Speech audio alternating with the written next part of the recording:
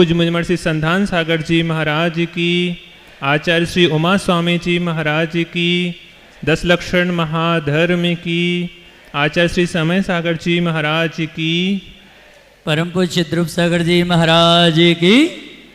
सम्यक दर्शन ज्ञान चारित्राणि मोक्ष मार्गः तत्वार्थ श्रद्धानम सम्यक दर्शनम तन्निसर्गादधिगमाद्वा जीवा जीवाश्रव बंध संवर निजरा मोक्षास्तत्वम नामस्थापना द्रव्य भाव तस्तन्यासः प्रमाणनैरधिगमः निर्देशः स्वामित्व साधनाधिकरण स्थिति विधानतः सत्संख्या क्षेत्र स्पर्शन कालांतर भावाल्प बहुत्वैश्च मतिश्रुतावधि मनः पर्य केवलानि ज्ञानम तत्प्रमाणे आद्य परोक्षम प्रत्यक्ष मन्यत मति स्मृति संज्ञा चिंता विनिबोध इत्यनर्थांतरम तदिंद्रिया निंद्रिय निमित्तम अवग्रहे हावाय धारणाः बहुविध क्षिप्रा निःसृता नुक्तध्रुवाणां सेत्राणाम् अर्थस्य व्यंजनस्यावग्रह न चक्षुरनिन्द्रियाभ्यां श्रुतं मति पूर्वं द्वैनिकद्वादश भेदं भवप्रत्यो वधृद्यो नारकाणां क्षोभसं निमित्तः षड्विकल्पः शेषाणां ऋजुविपुलमति मनः परयः विशुद्ध्य प्रतिपाताभ्यां तद्विशेषः विशुद्धि क्षेत्र स्वामी विषयभ्यो वदि मनः परयोः मतिश्रुत्योर्निबंधो द्रव्येषु सर्वपर्यायेषु रूपिस्ववधेः तदनंत भागे मनः परयस्य सर्वद्रव्यपर्यायेषु केवलस्य एकादीनि भाज्यानि युगपदे कस्मिन्ना चतुर्भ्यः मतिश्रुतावध्यो विपर्ययश्च सदसतो रविशेषाद् दृक्षोपलब्धेरुन्मत्तवत् नैगम संग्रह व्यवहारर्जु सूत्र शब्द समभि ऋणैवं भूतानया इति दत्तार्थसूत्रे मोक्षशास्त्रे प्रथमोध्याये नमो नमः।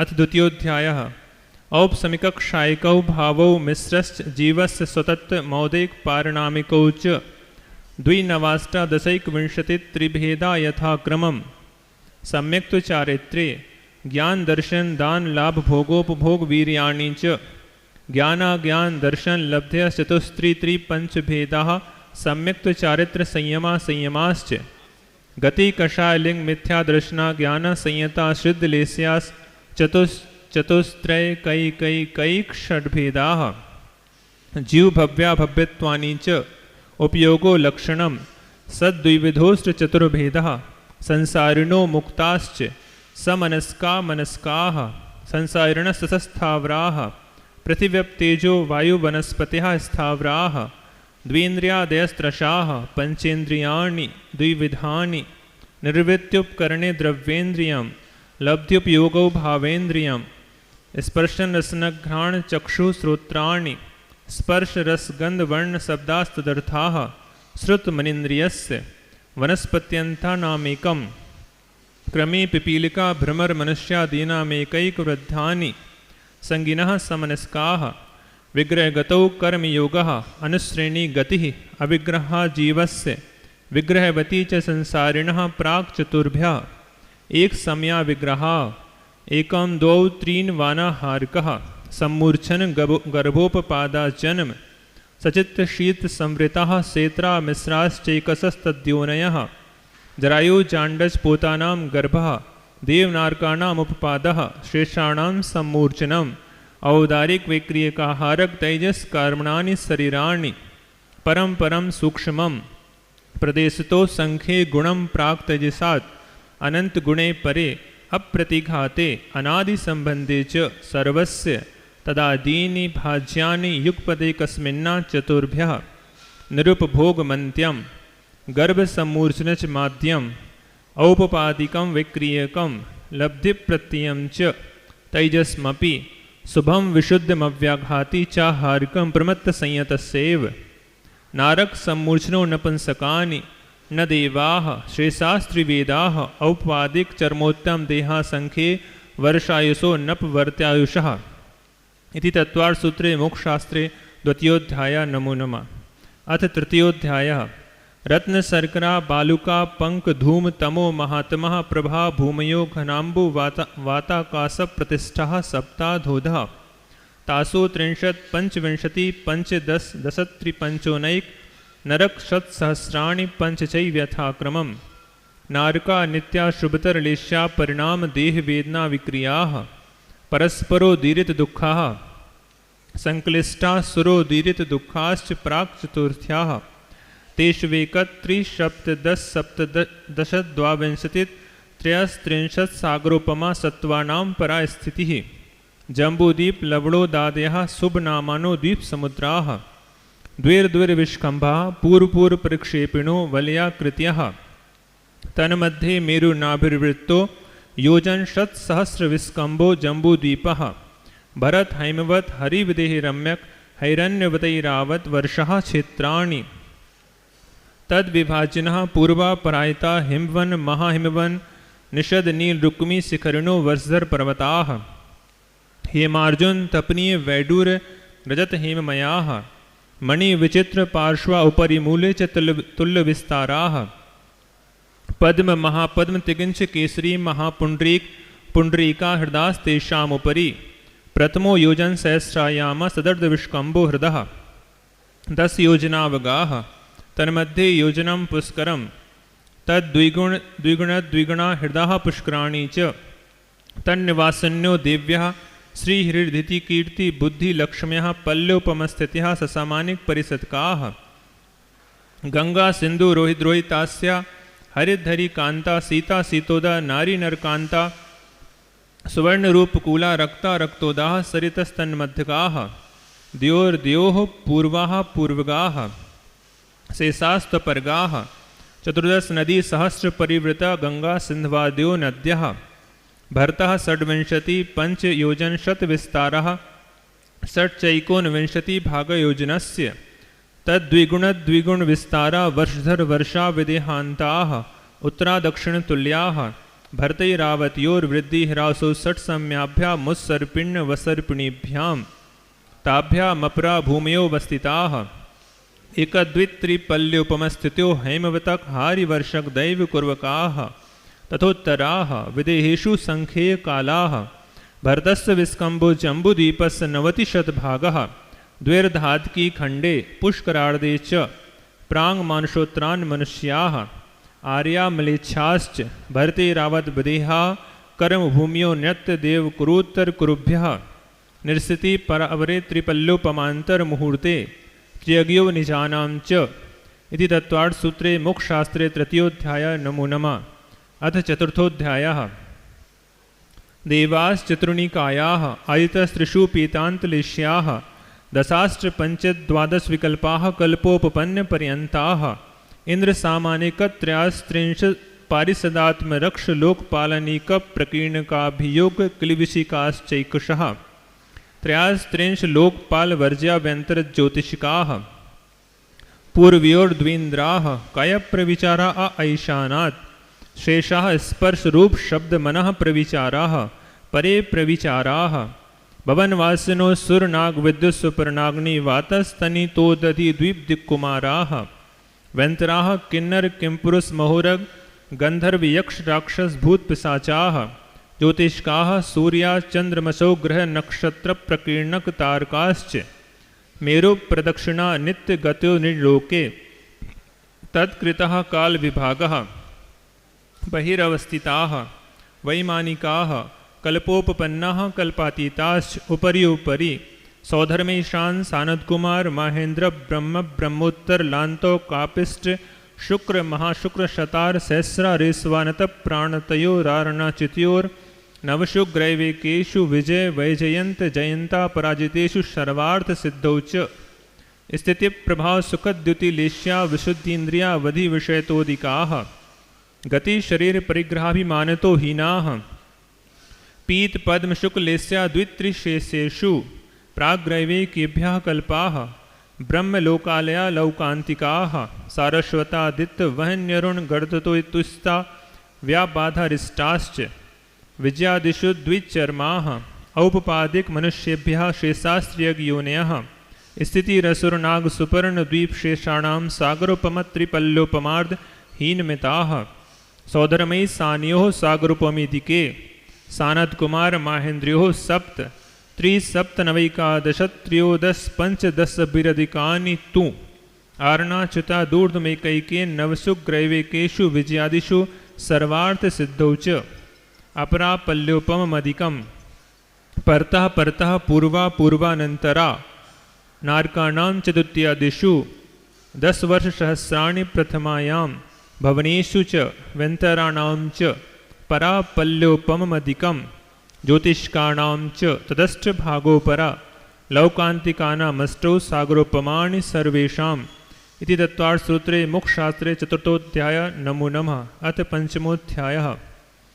अजीवकाया धर्माधर्माकाश पुद्गलाः द्रव्याणि जीवाश्च नित्यावस्थितान्यरूपाणि रूपिणः पुद्गलाः आकाशादेकद्रव्याणि निष्क्रियाणि च असंख्येयाः प्रदेशा धर्माधर्मैकजीवानाम् आकाशस्यानन्ताः संख्येया संख्येयाश्च पुद्गलानां नाडोः लोकाकाशेवगाः धर्माधर्मयोः कृत्स्ने एकप्रदेशादिषु भाज्यः पुद्गलानाम् असंख्ये भागादिषु जीवानां प्रदेशसंहारविसर्पाभ्यां प्रदीपवत् गतिस्थित्युपग्रहौ धर्माधर्मयो रूपकाराः आकाशस्यावगाः शरीरवाङ्मनः प्राणापानाः पुद्गलानां सुख दुख जीवित मरणोपग्रहाश्च परस्परोपग्रहो जीवानां वर्तना परिणामक क्रियाः परत्वा परत्वे च कालस्य स्पर्श रस गंध वर्णवन्तः पुद्गलाः शब्द बंध सूक्ष्म स्थौल्य संस्थान भेद तमश्छाया तपोद्योतवन्तश्च अण्वः स्कन्धाश्च भेद संघातेभ्यः उत्पद्यन्ते भेदादणुः भेद संघाताभ्यां चाक्षुषः सद्द्रव्यलक्षणम् उत्पादव्यद्रव्ययुक्तं सत् तद्भावाव्यं नित्यम् अर्पिता नर्पित सिद्धे स्निग्धरुक्षत्वाद् बन्धः न जगन्य गुणानां गुणसाम्ये सदृशानां द्वदिकादिगुणानां तु बन्धेधिकौ पारिणामिकौ च गुणपर्ययवद्द्रव्यं कालश्च सोऽनन्तसमयः द्रव्याश्रया निर्गुणा गुणाः तद्भावः परिणामः इति तत्त्वार्थसूत्रे मोक्षशास्त्रे पंचमोऽध्यायः नमो नमः। अथ षष्ठोऽध्यायः।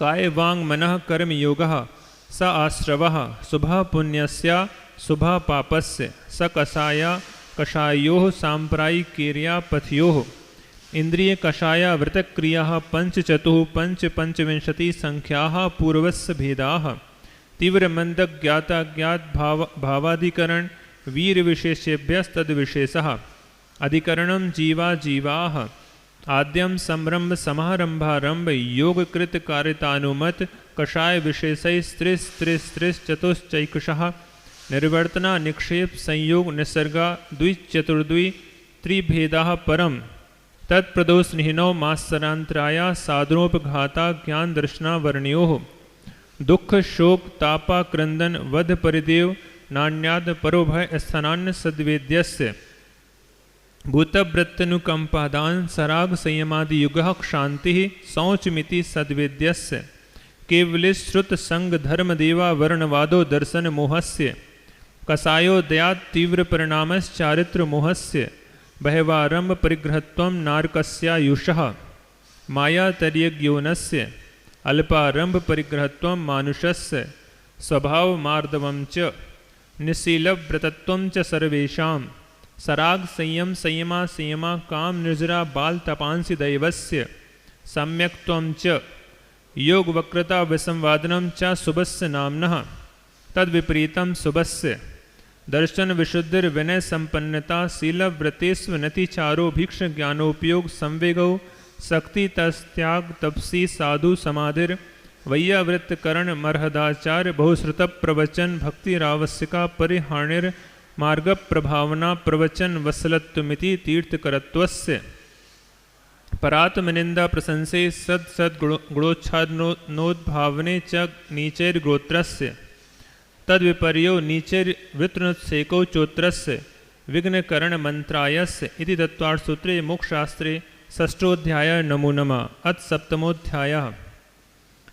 हिंसानिरतस्तेया ब्रह्म परिग्रहेभ्यो विरतिर्वृतं देश सर्वतोणु महति तत्स्थैर्यार्थं भावनः पंच वांग मनोगुप्तीरियादान निक्षेपण समित्यालोकित पान भोजनानि पंच क्रोध लोभ भीरुत्य हास्य प्रत्याख्यानान्य नुवीचि भाषणम च पंच शून्यागार विमोचितावास परोपरोधाकरण भिक्ष शुद्धि सधर्मा विसंवादाः पंच स्त्री राग कथा श्रवण तन मनोहरांग निरीक्षण पूर्वव्रतानुस्मरण ऋष्येष्ट रस स्वशरीर संस्कार त्यागाः पंच मनोज्ञा मनोज्ञेन्द्रिय विषय रागद्वेष वर्जनानि पंच हिंसा दिश्व्यः मुत्रापाया वद्य दर्शनम दुःखमेव वा मैत्री प्रमोद कारुण्य माध्यस्थ्यानि च सत्वगुणादि क्लिश्यमाना विनयेषु जगत्कायस स्वभावो वा संवेग वैराग्यार्थम प्रमत्तयोगात् प्राणव्यपरोपणम हिंसा असदभिधान मंडितम अदत्तादानम स्तेयम मैथुनमब्रम मूर्छा परिग्रह निशल्यो व्रति अगार्य नगारश्च अणुव्रतो गारी दिग्देशा नर्थ दंड व्रति सामायिक प्रोषदोपवासोपभोग परिभोग परिमाणातिथि संवाग व्रत संपन्नश्च मारणांतिकीं संलेखनां जोषिता शंकाकांक्षा विचिकित्सान्य दृष्टि प्रशंसा संस्तवः सम्यक दृष्टि अधिचाराः व्रतशीलेषु पंच पंच यथाक्रमम् बंधवदच्छेदाति भारारोपणान्य पान निरोधाः मिथ्योपदेश रहो व्याख्यान कूट लेखक क्रिया न्यासापहार साकार मंत्र भेदाः स्तेन प्रयोग तदा हृतादान विरुद्ध राज्यातिक्रम हीनाधिक मानोन्मान प्रतिरूपक व्यवहाराः पर विवाह करणे त्वरिका परिगृहीता गमनानंग क्रीड़ा काम तीव्राभिनिवेशाः क्षेत्र वास्तु हिरण्य स्वर्ण धन धान्य दासी दास कुप्प भांडव प्रमाणातिक्रमाः ऊर्ध्वाधस्त्रियग व्यतिक्रम क्षेत्र वृद्धि स्मृत्यंतराधानानि आनयन प्रेष्य प्रयोग शब्द रूपानुपात पुद्गलक्षेपाः कंदर्प कौत्कुच मौखर्या समीक्षादि करणोपभोग परिभोगानर्थक्यानि युग दुष्प्रणिधाना नादरस्मृत्यनुपस्थानानि अप्रत्यवीक्षिता प्रमार्जितोत्सर्गादान संसरोपक्रमणा नादरस्मृत्यनुपस्थानानि सचित्त संबंध सम्मिश्रः विषौ दूपक्वाहाराः सचित्त निक्षेपापिधान परव्यपदेश मात्सर्य कालातिक्रमाः जीवित मरणाशंसा मित्रानुराग सुखानुबंध निदानानि अनुग्रहार्थम स्वस्याति सर्गोदानम विधि द्रव्य दात्री पात्र विशेषात् तद विशेषः इति तत्वार्थ सूत्रे मोक्षशास्त्रे सप्तमोऽध्याय नमो नमः। अतष्टमोऽध्यायः मिथ्यादर्शना वृत्ति प्रमाद कषाय योगा बंध हेतवः सकषायत्वात् जीवः कर्मणो योग्यान् पुद्गलानादत्ते सबन्धः प्रकृतिस्थित्यनुभव प्रदेशास्तद्विद्या आद्यो ज्ञान दर्शना वर्ण वेदनीय मोहिनी यारुणां गोत्रांतरायाः पंचनवद्वैष्टा विंशति चतुर्द्वि चत्वारिंशद्वि पंच भेदा यथाक्रमम् मतिश्रोतावधि मनः पर्याय केवलानां चक्षुरवधि केवलानां निद्रा निद्रा निद्रा प्रचला प्रचला प्रचला स्त्यान ग्रध्यश्च सद सद वेद्ये दर्शन चारित्र मोहिनीया कषाय कषाय वेदनीयाख्यास त्रिद्वि नव षोडश भेदाः सम्यक्त मिथ्यात् तदुभयान्य कषाय कषायो हास्य रत्य रति शोक भय जुगुप्सा स्त्री पुण्यपुंसक वेदा अनंतानुबंध्य प्रत्याख्यान संजुलान विकल्पाश्चैकुशः क्रोध मान माया लोभाः नारक तरेग्योन मानुष दैवानि गति जाति शरीरांगोपांग निर्वाण बंधन संघात संस्थान सहन निष्पस रस कंद वर्णानुपूर्वया गुरु लघुघात परघाता तपोद्योतोच्छ्वास विहायो गत्या प्रत्येक शरीर त्रस सुभग सुस्वर शुभ सूक्ष्म पर्याप्ति स्त्रादे यशः कीर्ति सेत्राणि तीर्थकरत्वं च उच्चैर्नीचैश्च दान लाभ भोगोपभोग वीर्याणाम् आदितस्तृष्णा मंत्रायस चत्रिंशत् सागरूपम कोटिकोट्यः परास्थितिः सप्ततिर्मोहिनीयस्य विंशतिर्नाम गोत्रियोः त्रयस्त्रिंशत् सागरूपमान्यायुषः अपरा द्वादश मुहूर्ता वेदनीयस्य नाम गोत्र्यो रष्टौ शेषाणां मन्तर्मुहूर्ताः विपाकोऽनुभवः स यथानां ततस्य निर्जरा नाम प्रत्ययः सर्वतो योग विशेषात् सूक्ष्मे क्षेत्रावगाः स्थितः सर्वात्म प्रदेशेष्वनन्तानन्त प्रदेशाः सद्वेद्य स्वभायुर्नाम गोत्राणि पुण्यम अतोऽन्यत् पापम इति तत्त्वार्थ सूत्रे मोक्षशास्त्रे अष्टमोऽध्याय नमो नमः।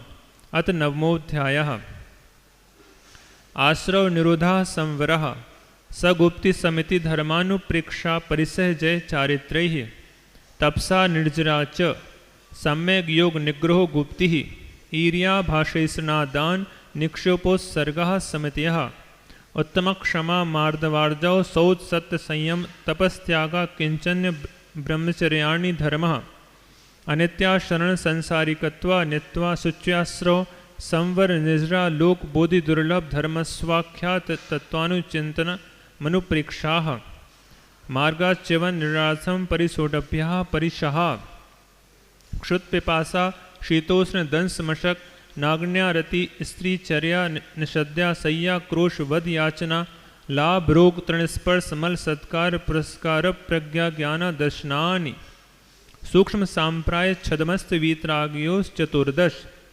एकादश जिने बादर सांप्राय सर्वे ज्ञानावरणे प्रज्ञा ज्ञाने दर्शन मोहांतराय योर रदर्शना लाभौ चारित्र मोहे नाग्न्यरति स्त्री निषद्या क्रोश याचना सत्कार पुरस्काराः वेदनीये शेषाः एकादयो भाज्या युगपदे कस्मिन्नैकोनविंशतेः सामयिक छेदोपस्थापना परिहार विशुद्धि सूक्ष्म सांप्राय यथाख्यात मिति चारित्रम अनसनाव मौदर्य वृत्ति परिसंख्यान रस परित्याग विविक्त शय्यासन विनय वैयावृत्य स्वाध्याय व्युत्सर्ग ध्यानान्युत्तरम नव चतुर्दश पंच द्विभेदा यथाक्रमं प्राग ध्यानात् आलोचना प्रतिक्रमण तदुभय विवेक व्युत्सर्ग तपश्चेत परिहारोपस्थापनाः ज्ञान दर्शन चारित्रोपचाराः आचार्योपाध्याय तपस्वी क्षयक्ष गिलान गण कुल संग साधु मनोज्ञानां वाचना प्रच्छनानुप्रेक्षाम्नाय धर्मोपदेशाः बाह्याभ्यन्तरोपध्यो उत्तम शरणस्यैकाग्र चिंता निरोधो ध्यान मांतर मुहूर्तात् आर्त रौद्र धर्म शुक्लानि परे मोक्ष हेतु आर्त ममनोज्ञस्य संप्रयोगे तद्विप्रयोग्याय स्मृति समन्वाहारः विपरीतं मनोज्ञस्य वेदनायाश्च निदानं च तद्विरत देशविरत प्रमत्त संयतानां हिंसा निरतस्ते विषय संरक्षणेभ्यो रौद्रमविरत देशविरतयोः आज्ञापाय विपाक संस्थान विषयाय धर्म्यं शुक्ले चाद्ये पूर्वविदः परे केवलिनः पृथक्त्वैकत्व वितर्क सूक्ष्म क्रिया प्रतिपाति व्युपरतक क्रिया निवर्तीनि त्रयोक योग काय योगा योगानाम एकाश्रय सवितर्क विचारे पूर्वे अविचारम द्वितीयं वितर्कः श्रुतं विचारोर्थ व्यंजन युग संक्रांति सम्यक दृष्टि श्रावक वृतानंत वियोजक दर्शन मोहे क्षपकोप क्षमकोप शांत मोह क्षपक क्षीण मोह जिनाः क्रमशो संख्ये गुण निर्जराः पुलाक बकुश कुशील निर्गंथ स्नातका निर्गंथाः संयमश्रुत प्रतिसेवना तीर्थलिंगलेश्योपपाद स्थान विकल्पतः साध्याः इति तत्त्वार्थ सूत्रे मोक्षशास्त्रे नवमोऽध्यायः नमो नमः। अथ दशमोऽध्यायः मोक्षयाज्ञाञ्च दशना वर्णान्तराक्षयाच केवलं बंध हेतु भाव नजराभ्यां कृष्ण कर्म विप्रमोक्षो मोक्षः औपशमिकादि भवत्वानां च अन्यत्र केवल सम्यक्त ज्ञान दर्शन सिद्धत्वेभ्यः तदनंतर मूर्ध्वं गच्छत्या लोकान्तात् पूर्व प्रयोगादसंगत्वात् बंधच्छेदात् तथा गतिपरिणामाच्च आविद्य कुलाल चक्रवद व्यपगत लेपा लाभु वदेरंड बीज वदग्नि शिखावच्च धर्मास्ति काया भावात् क्षेत्र काल गति लिंग तीर्थ चारित्र प्रत्येक बुद्ध बोधित ज्ञानावगायनांतर संख्याल्प बहुत्वतः साध्याः इति तत्त्वार्थ सूत्रे मोक्षशास्त्रे दशमोऽध्याय नमो नमः। अक्षरमात्रपदस्वरहीनं व्यञ्जनसन्धिविवर्जितरेफं साधुभिरत्र मम क्षमितव्यं को न विमुह्यति शास्त्रसमुद्रे दशाध्याये परिच्छिन्ने तत्त्वार्थे पठिते सति फलं स्यादुपवासस्य भाषितं मुनिपुङ्गवै तत्त्वार्थसूत्रकर्तारं गृध्रपिक्षोपलक्षितं वन्दे गणेन्द्रसञ्जात मुमा स्वामी मुनीश्वरम। जय बोले आचार्य भगवान पूज्यवर उमा स्वामी जी महाराज की, संत शिरोमणि आचार्य गुरुवर श्री विद्यासागर जी महाराज की, पूज्य मुनिवर श्री प्रमाण सागर जी महाराज की जय।